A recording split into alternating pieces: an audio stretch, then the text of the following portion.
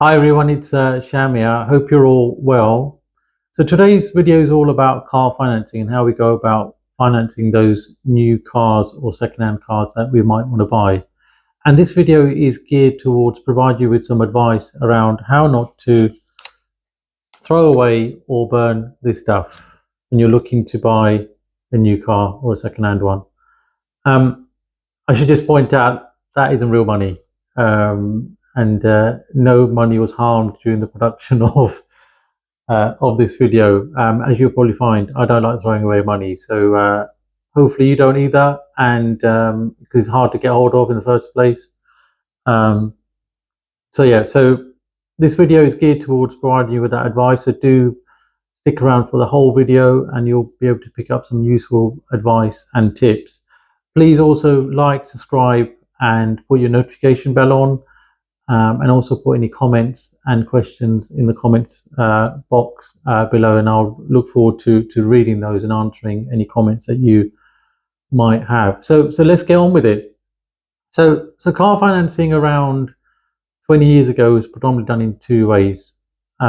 People either had savings and went out and bought a car, or they took out a bank loan. But ownership in both of those scenarios was there up front. So the person buying the car would own it from day one. Very different from how it is nowadays. Also, the types of cars that people used to buy were, I think, different from what they buy nowadays. More premium brands like Audi, Mercedes, and BMWs. You used to see, those that could afford it buying them as new, but the volumes were far less than what you see now. I think back in the day, you used to find like Lamborghinis and Porsches and Ferraris being bought by the privileged people that could afford it. I think more often new, but nowadays again, the more mainstream population are buying those on different types of agreements, and you see new cars like that, and even some, obviously quite a number of second-hand cars as well. So the way people buy cars have changed, the types of cars people are buying, and the brands that they're buying as well. No right or wrong answer to that, but obviously it depends on affordability, a lot of this, and what you can afford without being overstretched and going into sort of any financial distress. So that's how it was about 20 years ago. With the introduction of the different financing agreements like PCPs, mainly personal contract purchase, PCH is personal contract hire, the main two I'd say, but definitely PCP has changed the game in terms of people getting into newer cars more frequently and being able to, I say, quote unquote, afford these sorts of cars, when previously it was a bit out of reach for a number of people. So just quickly go through the sort of different ways you can buy a car nowadays. I think there's probably 4 or 5 ways. So firstly, a bank loan, you can still do that. Go to a bank and take out a bank loan and go into any dealership and say, I like that car, and then you've already got the financing agreed. You don't have to go into a dealership and get out finance. It's probably better to do it that way, actually, more cost effective, because a lot of dealerships make their money on the finance agreement and all the bells and whistles attached to selling you the car. So the car, probably in most cases, they don't make a lot of money on that. The margins are quite tight. It might be slightly different on some brands, but the majority is quite tight. But also, then they add all the bells and whistles like gap insurance, different types of protection cover like on alloys, bodywork, and the like. So bank loan is one. Then the second one is obviously cash. You can still do that. Go into a dealership with a load of cash in your briefcase, preferably real money. And I mean, there are circumstances to buy cars with cash, because you need to recognise that obviously these are depreciating assets. They depreciate quite fast, up to sort of 50% of its original value within the space of 3 years. 3 years being the optimum period. And then the decline is far less in terms of depreciation, but there is still a depreciating factor in it. And so people, if you are somebody who wants to change their cars every 2-3 years, you want to, I mean, unless you can afford it and it's not a problem, It doesn't cause a strain on the rest of your finances and your life and your commitments. You can pay for it. I'm not saying you shouldn't. I mean, it's probably a good way to run your finances in terms of cars, because you don't have this, you're not tied to any monthly payments, but be conscious that you are handing over the whole chunk of money, 50, 20,000 pounds, 30, 40, whatever the cost of the car is. You won't see that again. So some people try and not hand it all over to, go into an agreement and use the rest of the money for investments and other things to, generate more income, if you like. So there is an opportunity cost there to bear in mind. So, but you can, if you have the money, you can hand it over. Obviously, social media influencers and the like who get hold of cars, they're some of them are wealthy enough to buy the cars outright. I mean, some of the cars that they get for filming is just handed over and they film with it and then they hand the car back. You also get people who get preferential deals, or especially if they're influencer, they got high following on different platforms. Some of the brands do offer them preferential deals with cars, so they are seen driving their brands around. But no, I mean, cash is not it has its place if you are looking to pay with cash. I mean, if you are looking to, like I said, change your cars over frequently, I probably wouldn't advise it if you can. You can use that money. Sorry, you can use that money for other investments as well. So the other two I was going to mention was PCA. So we covered bank loans, cash. So the third one is hire purchase. So hire purchase is where you pay a deposit and then you pay for the remainder of the cost of the car through equal installments for the duration of an agreement. And at the end, the car is yours. There's no other option. The car is yours. Obviously, you can sell it on privately beyond the point of full ownership at the end of the agreement, but the car is yours. So this is where you are looking to keep the car essentially. I mean, because the payments are going to be higher compared to some of the other agreements I'm going to mention in a minute. Often there's an APR attached to it, but I'll talk about APRs in a bit. But that's how HPs work. Now, personal contract hire is essentially a rental. So the car is similar to hire purchase. So you pay a deposit, you then pay a monthly, and often these agreements are taken out through a leasing company. You can take them out with dealerships as well. But at the end of that agreement, you hand the car back. So the car isn't yours. So essentially you're renting the car out, like you rent a house or a room out, and you hand the car back. There are instances, and you can ask for this, to actually buy the car. Ask the leasing company whether you can buy the car, and they will work out a figure for you. And but otherwise, you would have to hand the car back. You do need to bear in mind, if you're handing the car back, you need to make sure you're not breaching the terms of the agreement, the finance agreement. So either excessive mileage beyond what you've agreed per year, or over the course of the 3 years or finance period. And also there's no excessive wear and tear. So you haven't got like big holes or dents in the bodywork or scuff marks on the alloys, these sorts of things, because you'll be responsible for dealing with that before you hand the car back. And you'd rather not get the dealership or the finance company to clear those up, because they will charge you an arm and a leg. You're talking thousands. You're better off doing it privately before you take the car back. So we covered those four, and then obviously you've got PCP, personal contract purchase. This is probably the one that most people tend to go for, because it's got a lower monthly payment compared to the other two, because you're not paying for the cost of the car during part of those monthly payments. So basically with this is you pay a deposit. I'd advise people paying a deposit actually, and I'll mention that in a second why that is.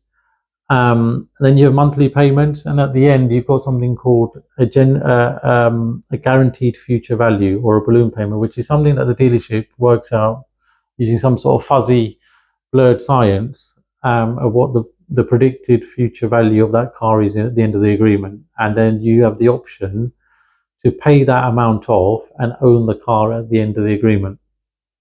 Now, some people don't, or a lot of people don't do that because they don't have that sort of money to pay off at the end. They just hand the car back, or they hand the car and walk away, or they hand the car back and get into another one, which is tends to be what happens on most occasions. So, but you can pay the money off and own the car. The other bit I was going to mention with the deposit, you need to sort of think about: is there any value in paying a deposit? It's not like paying a deposit for a house when you're taking out a PCP and you're paying a deposit. You're paying. What happens is you have a monthly installment, and this is what the dealership's focusing on, is trying to make that as affordable as possible, and they play this trick of manipulating that down if it's not affordable, the monthly payment, but then manipulating the deposit amount and or the guaranteed future value, and maybe even the specification of the car.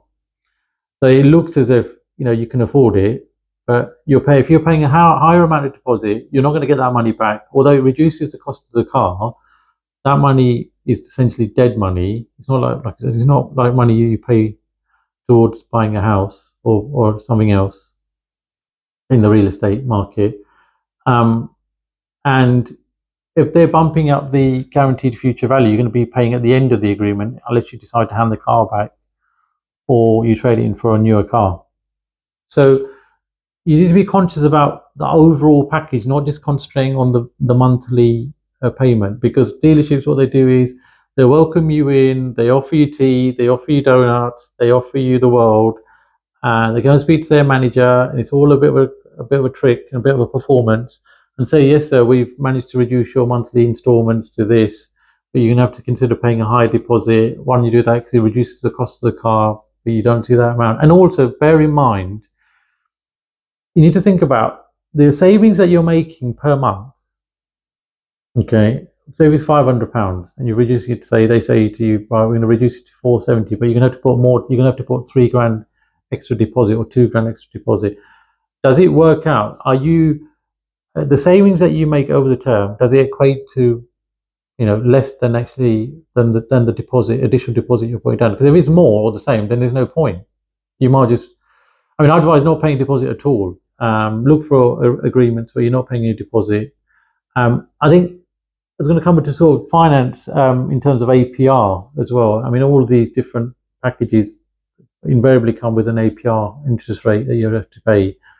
Even the 0% finance deals have got two issues nowadays compared to the past. Is there's a precondition, so you have to pay like 50% deposit or 20% deposit to get an APR. And I think the second thing is it feels like it's less genuine, the APRs, because they're probably baking some of the cost into the price of the car somewhere along the line, or massaging the figures a bit, so to incorporate the cost of giving a customer 0% finance. Because if the finance agreement is say £28,000-30,000, that's what you owe on the agreement, and the APR is say 4%.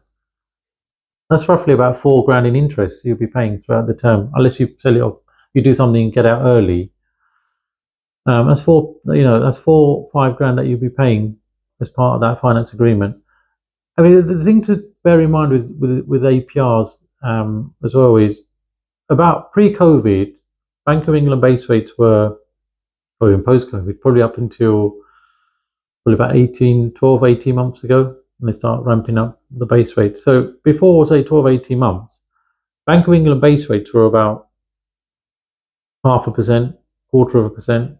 But then, even then, although there were arguably more 0% APR deals, or 0% finance deals, APR rates were still about 4%, 3%.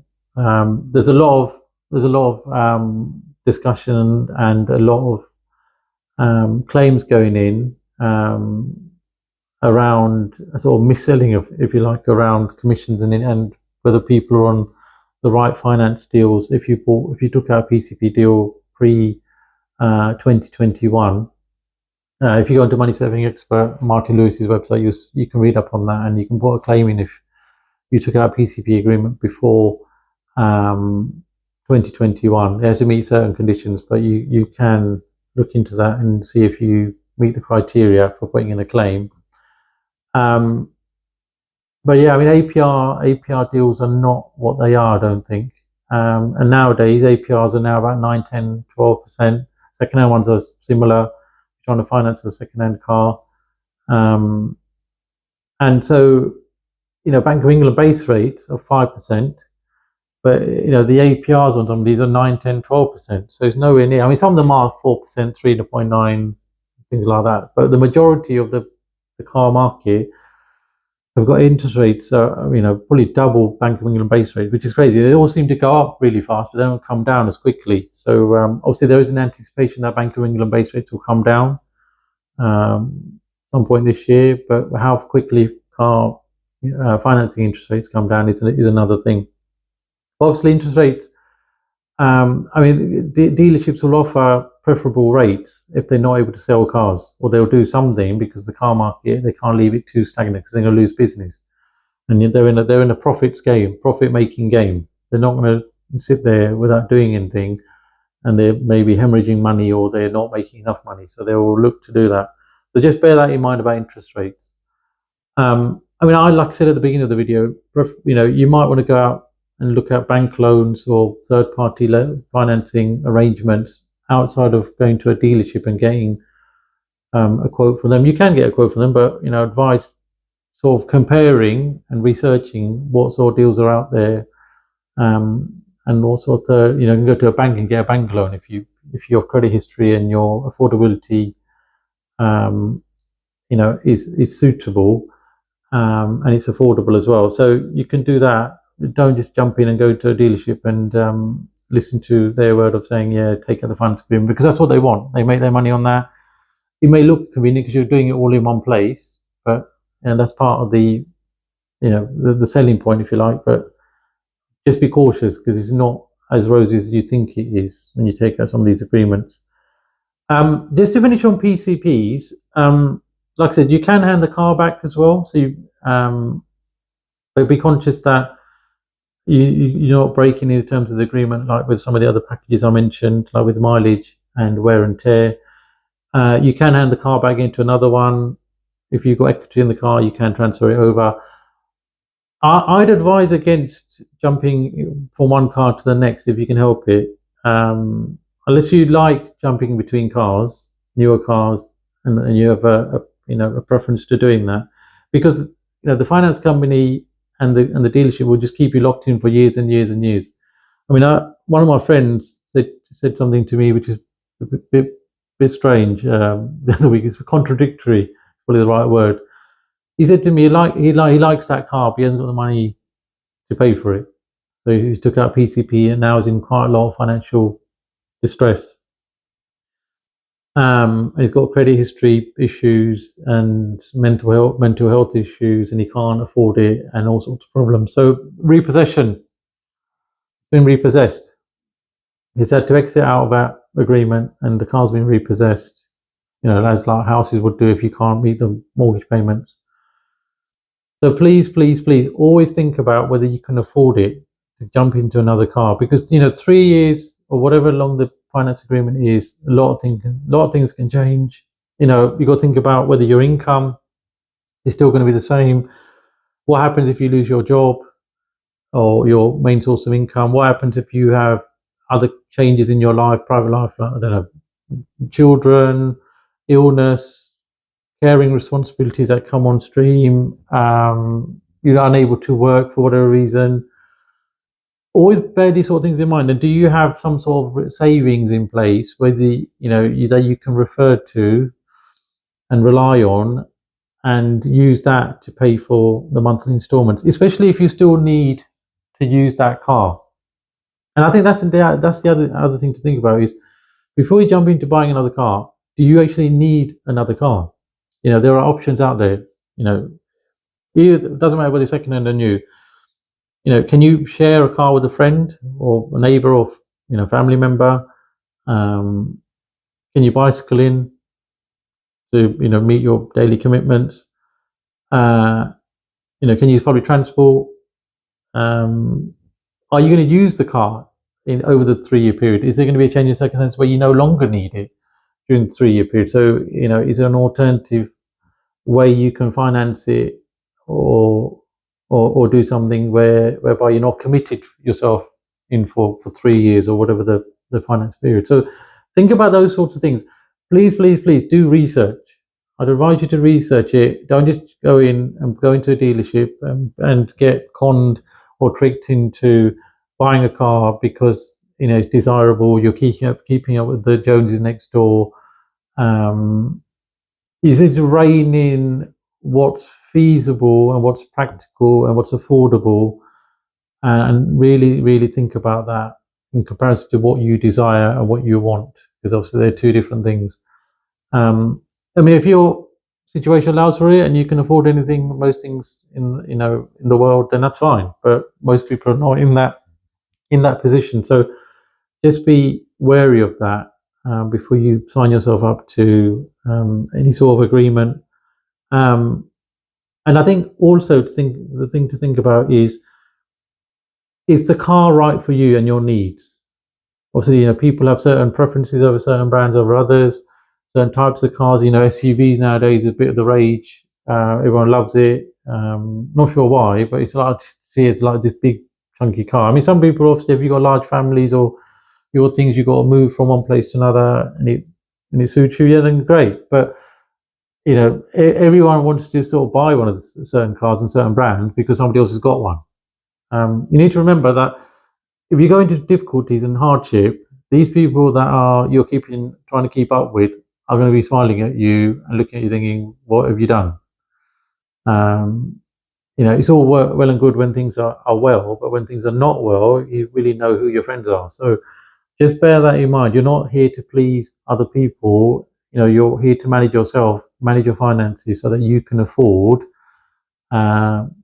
your monthly and yearly commitments, financial commitments, without getting into difficulty.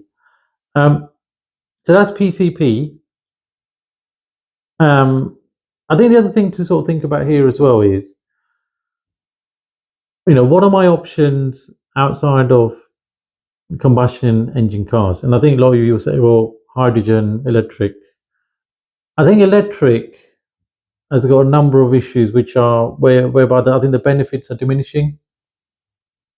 Obviously, I think hydrogen is a bit way off. Hydrogen engine. I think Toyota was talking about hydrogen engine cars. I don't think it's due to come out until probably at least 2030. I think BMW are doing a few, but the infrastructure isn't there. How did you, charge up a hydrogen car? I don't know. I don't think there's anything out there. But say with electric, those cars are worth the cost of them are worth probably at least a third, if not 50% more than its equivalent combustion engine car. So you're looking at least. I mean, Citroen Ami is about $8,000, but that like a milk flow, it goes about 20 miles an hour. Nothing against people that got an Ami, by the way. So please don't fire in virtual shots of me saying, I've got an Ami, I love it. Nothing against Amis, but if you're looking for a fast car, I mean, Ami's not going to go more than 20 miles an hour. And I think the range is about 30 miles. So it's very, very local, city driving, if you like, or town driving. I think the next sort of step up is like you're looking at sort of 20 grand cars, there's more coming out over this year next.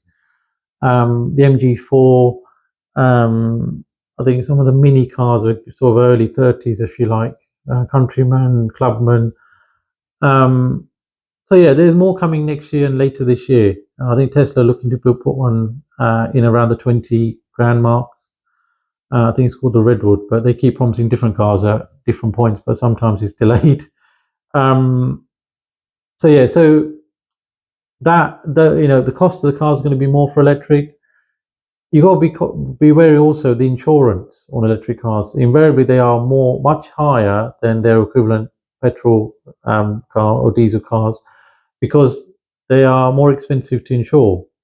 The insurance company needs to factor in the cost of the battery failing, the cost of any repairs, and how long you might be in a courtesy car for, and the cost of any replacement parts. So, like for instance, Tesla cars, they're a category. I think the Model Y and the Model 3 are both category 44, which is I think equivalent to like a Porsche insurance grouping. You're talking at least £1,200 for insurance. So please check the insurance costs before you go into any dealership, look at any car. That's a really important consideration. I think part of the reason is also with Teslas is obviously, they don't have a rear bonnet, so there's not much of a bonnet there. So any sort of rear impact is going to cause some sort of damage to the boot lid, which would be quite costly to get hold of. I think it's quite difficult to get hold of Tesla parts generally, or especially in recent months. So you're going to be on a wait list, waiting to get those parts. You'll probably be in a courtesy car for longer, so it's all more expense for the insurance company, and they're going to, put that on the premium that you pay. But even non-Tesla electric cars, they're still expensive. So you need to sort of think about whether electric cars are suitable.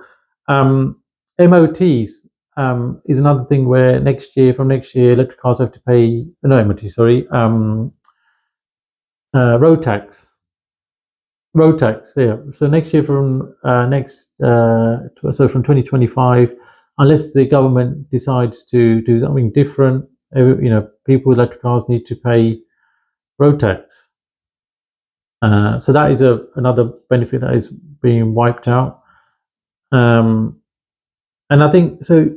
The other thing, obviously, is things like gap insurance will come back into the equation. There is an announcement that the FCA made, the Financial Conduct Authority made yesterday, I believe, where they have asked companies that provide gap insurance to withdraw their products. So they're looking at whether there's been any mis-selling and those sorts of things. So bear that in mind. Don't go out trying to get a gap insurance, because that is an added expense that dealerships trying to pile on, whether it's electric or otherwise.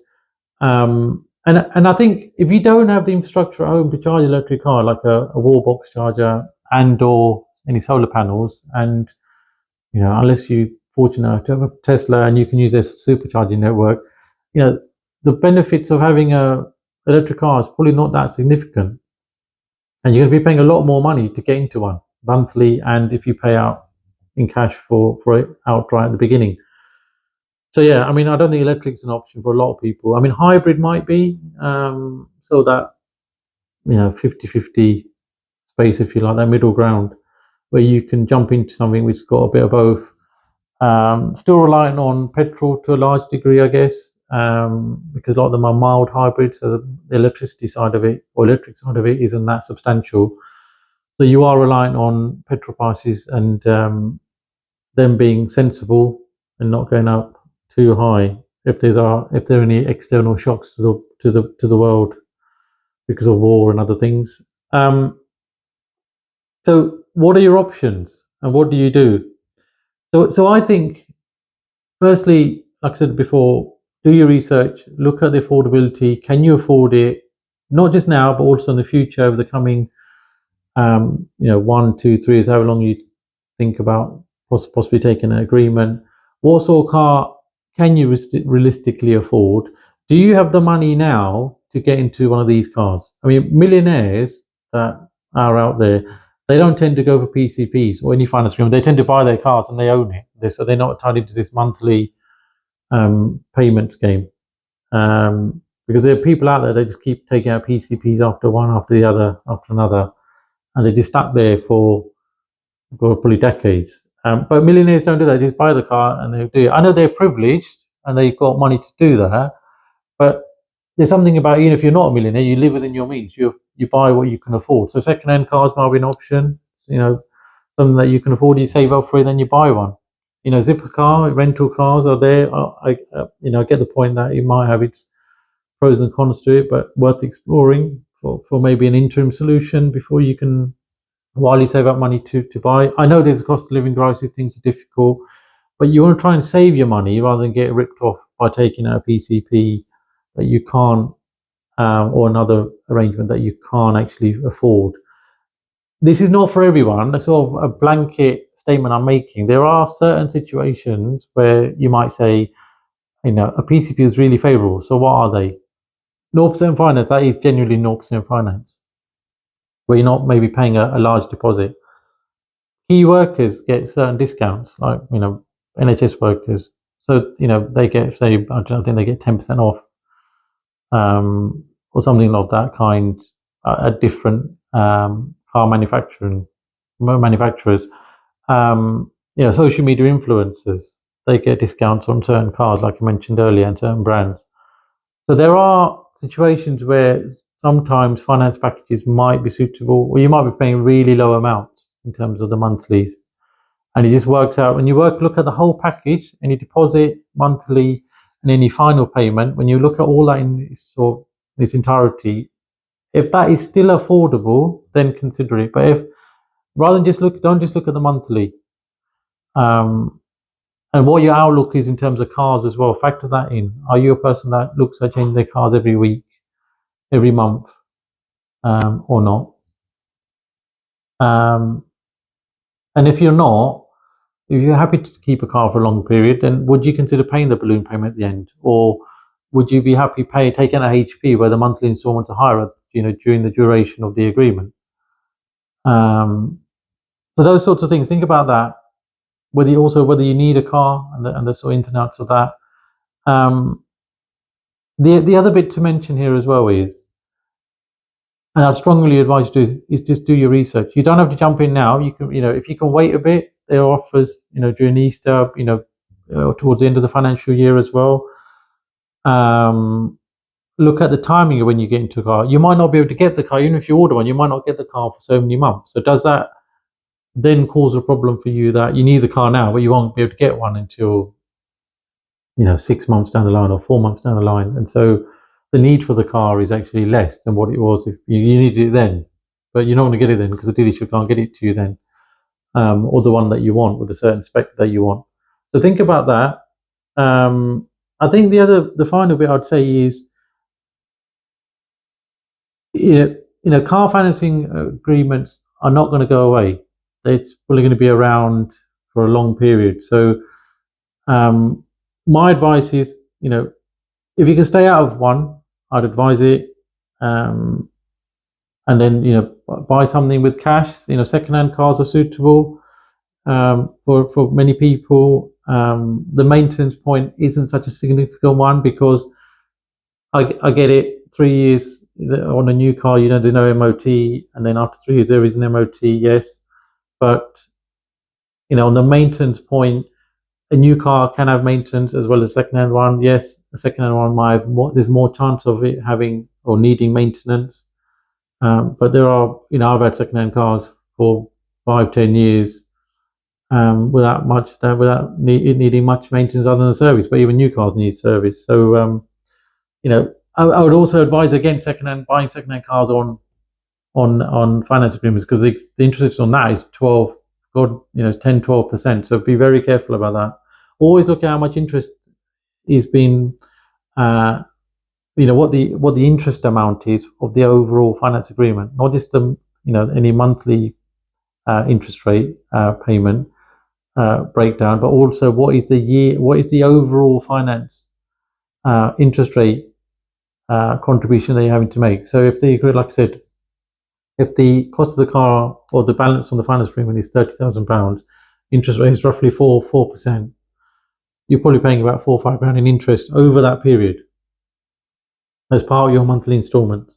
So be conscious of that. But second-hand cars are fine. You can go on Auto Trader, Carwow. I'm not affiliated with any of those, but you can go on all those websites and research it. Also look at, if you're looking at new cars, what your car might be worth in 3 years' time. Is it guaranteed future value what they say it is roughly?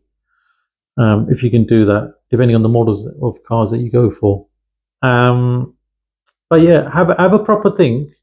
Do put any comments in the sort of chat box, on the comments box below. Anything that I missed, anything that you think I might have got wrong, any other sort of situations that you think you'd like me to cover, happy to do that. We are doing a lot more videos around finance in the coming weeks and months. Also, other subjects that we encounter in life, things like parenthood, child minding, mental health, finding a job, career path, mentoring, loads of stuff. And a lot of these people feel that they are not able to talk about this in any way, shape or form. So this is a forum and a platform where I want to create a community where we can come together, discuss these things. At some point down the line, we want to get some of you onto these videos and share, again, understanding of what you think, what's going on, share your life journey and some of these issues, how you've gone about dealing with some of those, and sort of see whether we can help each other. Because that's part of the game here. Because I think we want to be in a position where we can help each other, because we've all gone through different journeys and experienced different things, and some of that might help somebody else. So why not? So I'm going to wrap this up here. Hopefully you found this video of use. Like I said at the beginning, please do like, subscribe, and put your notification bell on, and look out for future videos as and when they come. There's more coming out towards the end of this week around mentoring, so look out for that. But for now, goodbye and take care. See you on the next one.